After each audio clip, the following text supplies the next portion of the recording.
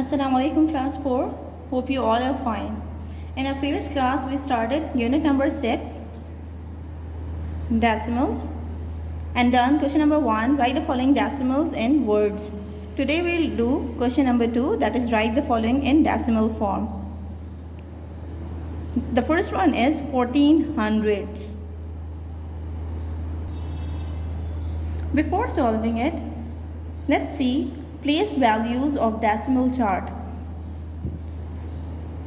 After, from the right side decimal point, we have the places tenths, hundredths and thousands, and to the left side after decimal point we have ones, tenths, hundreds, thousands, like this.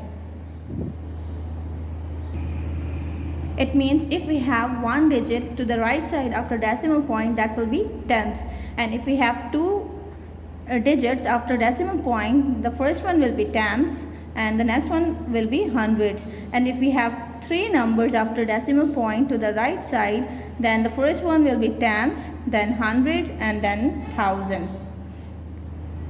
And to the left side after decimal point, the first number will be at the ones place, next at the tens, and the third one will be at the hundreds place. Okay, class 4, take out your math copies, write exercise number on your own 6.1, question number 2. Write the following in decimal form. The first one is 14 hundredths. Hundreds will be at the second place value after decimal point, like 0.14. It will be written like this. Okay, let's see what is the next one.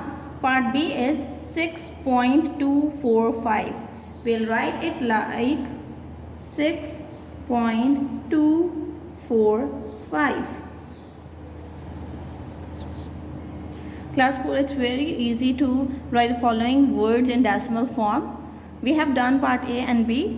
Now you have to do the remaining parts by yourself, that is number C, D and E in your copies.